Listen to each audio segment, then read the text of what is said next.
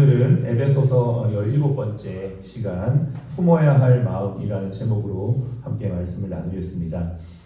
구약시대 선지자들이 하나님의 말씀을 전하는 사람들이죠. 그런데 그들의 삶의 어떤 정황, 시대적 상황에 따라 말씀을 전합니다. 아무런 상관없이 시대적 상황과 정황과는 전혀 무관하게 말씀을 전하는 게 아니라는 것이에요. 그 당시의 상황에 맞게끔, 그 당시의 상황의 필요에 따라 하나님의 말씀을 전했던 것을 볼 수가 있는데요. 그 중에 한 사람이 바로 호세아라고 하는 선지자가 있습니다. BC 8세기 북이스라엘에 대한 하나님의 말씀을 전한 사람이 바로 이 호세아 사역자인데요.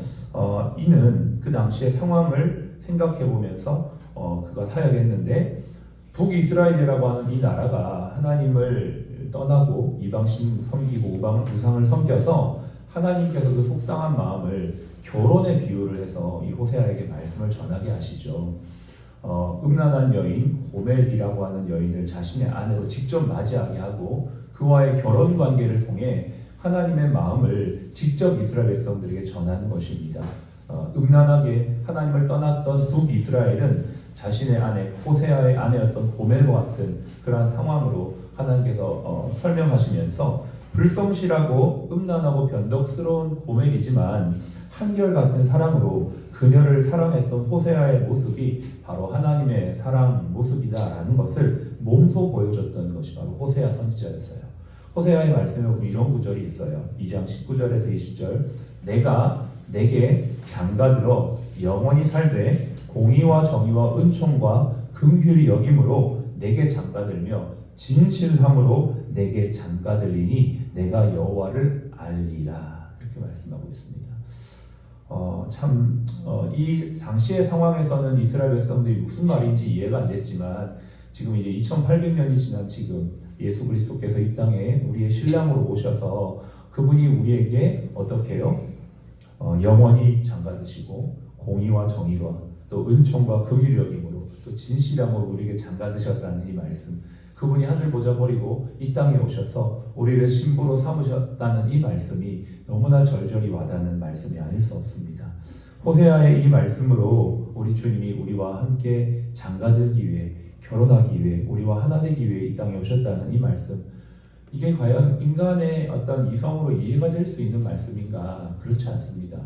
하나님의 절대적인 은혜와 사랑으로 이 땅에 오셨고 그 예수 그리스도로 성취되어진 것이죠. 그래서 침례 요한은 이 땅에 오신 예수 그리스도를 향해서 신랑이라고 표현하면서 그분을 믿는 우리를 신부라고 표현하면서 자기 자신은 신랑이신 예수님을 신부인 우리에게 소개하는 들러리의 기쁨을 누린다라고 요한복음에서는 고백합니다. 요한복음 3장 29절 신부를 취하는 자는 신랑이나 서서 신랑의 음성을 듣는 친구가 크게 기뻐하나니 나는 이러한 기쁨으로 충만하였도다. 여기서 말하는 신랑은 예수님을 말하고요, 신부는 교회를 말합니다. 신랑의 음성을 듣는 친구는 침례요한 자신을 말하는 거죠. 신랑의 음성, 즉 예수님의 음성을 듣고 그 예수님을 신부인 우리 교회에 소개하는 이 들러리의 기쁨이 충만했다라고 했더니 침례요한의 고백처럼 저와 여러분도 오늘도 일터에서 이 예수님, 신랑 되신 예수님을 소개하고 전하는 이 기쁨으로 충만하시기를 축복합니다. 아멘. 호세아가 이렇게 이야기한 것, 그리고 예수님께서 이 땅에 오신 것, 그리고 오늘 우리의 본문은 그 모든 연장선에서 보아야만 합니다. 단순히 에베소서 5장에 있는 남편과 아내의 관점으로 볼 게 아니고 성경이 전체적으로 말하는 신랑이신 예수 그리스도와 신부인 우리와의 관계 속에서 결혼 관계를 이해해야 되는 거예요. 지금 이 얘기는 결혼 관계를 말하려고 하는 게 아니고 32절에 이 비밀이 크도다 나는 그리스도와 교회에 대해서 말하려고 한다라고 말하고 있어요. 물론 많은 우리가 이제 결혼 주례를 할 때 이 본문을 택하여서 우리가 하지만 이것은 단순히 남자가 이렇게 해야 되고 여자가 이렇게 해야 되고 그런 관점의 것이 아니고 신랑이신 예수님이 우리에게 어떻게 하셨으며 그럼 우리는 어떻게 신부로서 해야 되는지에 대한 큰 그림을 보여주시면서 그와 같이 너희가 21절에 그리스도를 경외함으로 피차 복종해야 된다라는, 첫 번째는 남편과 아내의 관계, 두 번째는 부모와 자식의 관계, 세 번째는 종과 상전의 관계를 모든 관계 안에서 그리스도의 관점으로 말하고 있는 것이에요. 이 전체 큰 틀거리 안에서 남편 아내, 부모 자식, 종과 상전의 관계를 이해해야만 하는 것이다 라고 우리는 이해할 수가 있는 것입니다. 첫 번째, 그러면 좀 구체적으로 보겠습니다. 22절에서 24절까지는 아내들에게 어떻게 해야 되는지에 대한 소개가 나와 있는데 딱 하나입니다. 그냥 22절로 24절의 핵심은 순종이고 복종입니다. 남편에게 복종하라. 어떻게 근데 복종하라고 하냐면 24절에 그 교회가 그리스도께 하듯 아내도 범사에 자기 남편에게 복종할지라. 교회가 그리스도께 복종하듯이 라고 하는 그 어떤 큰 전제 안에서 아내도 그렇게 복종하라 라고 말하고 있는 것이죠. 이 말씀을 이렇게 딱 들을 때 우리 아내들의 마음속에는 여러 가지 생각이 들 수가 있습니다. 복종할 만해야지. 이런 시대착오적인 말씀을 할 수가 있나. 그래서 성경은 옛날 말씀이야. 이렇게 우리는 받아들이는데요. 그렇게 이해하면 안 됩니다. 우리는 성경을 시대착오적인 말씀으로 듣지 말고 성경적인 말씀의 기준, 성경의 기준이 우리의 삶의 기준이 돼야지 시대적인 어떤 기준이 우리의 삶의 기준이 되어서 그 기준의 틀로 말씀을 대하는 순간 시험에 들게 되고 잘못 적용하게 되고 하나님의 말씀이 아닌 인간의 생각으로 받게 되죠. 성경의 말씀의 틀로 세상을 봐야 되는 것이고 하나님의 말씀이 이러한 이유가 있다는 것이죠. 그건 단순히 어떤 남자와 여자의 관계성을 말하는 게 아니라 교회와 그리스도와 교회의 관계를 말하면서 그 틀 안에서 우리에게 요구하는 것입니다. 그래서 아내들에게 이렇게, 즉 교회에게 이렇게 요구하는 것이 바로 복종이라고 말하고 있고요.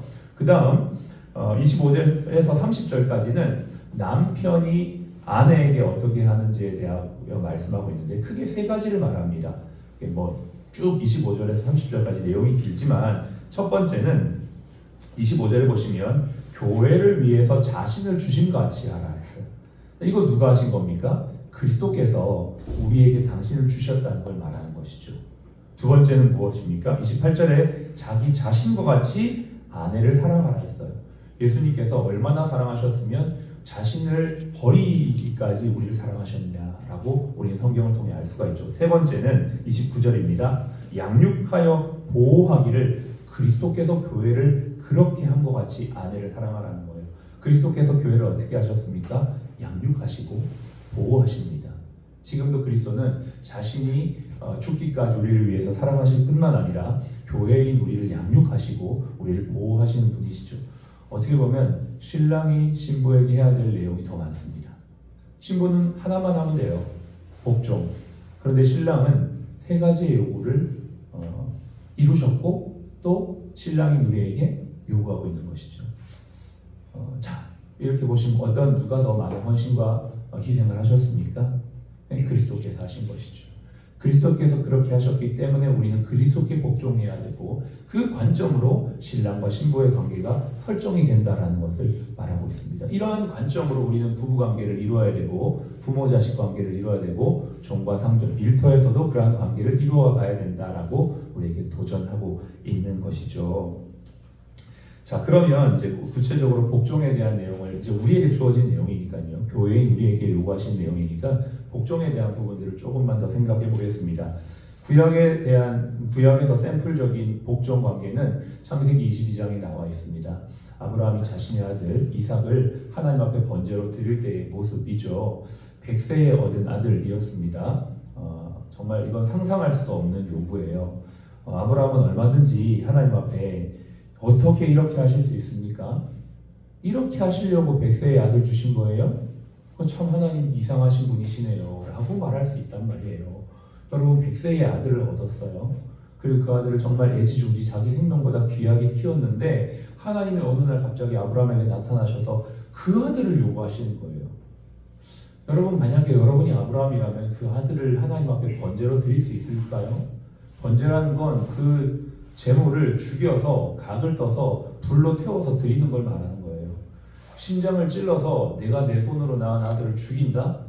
상상할 수 없는 거죠. 상상도 할 수 없는 이야기를 지금 하나님은 요구하시는 거죠. 그런데 아브라함은 아무런 말씀하지 않고 따지지도 묻지도 않습니다. 그저 순종하죠. 어떻게 이럴 수 있을까? 이삭은 어떻습니까? 자기 아버지 아브라함에게 분명히 번제물이 없는 걸 알아요. 그리고 느낌이 쎄해요. 종들을 다 돌려보내고 단 둘이만 지금 딱 올라가거든요. 모리아산에. 느낌이 오죠. 물어볼 수 있죠. 아버지 이건 아닌 것 같습니다. 이건 아니지요 하고 겨누는 칼을 꺾어버릴 수도 있고요. 아버지를 확 미치고 도망갈 수도 있습니다. 반항할 수도 있습니다.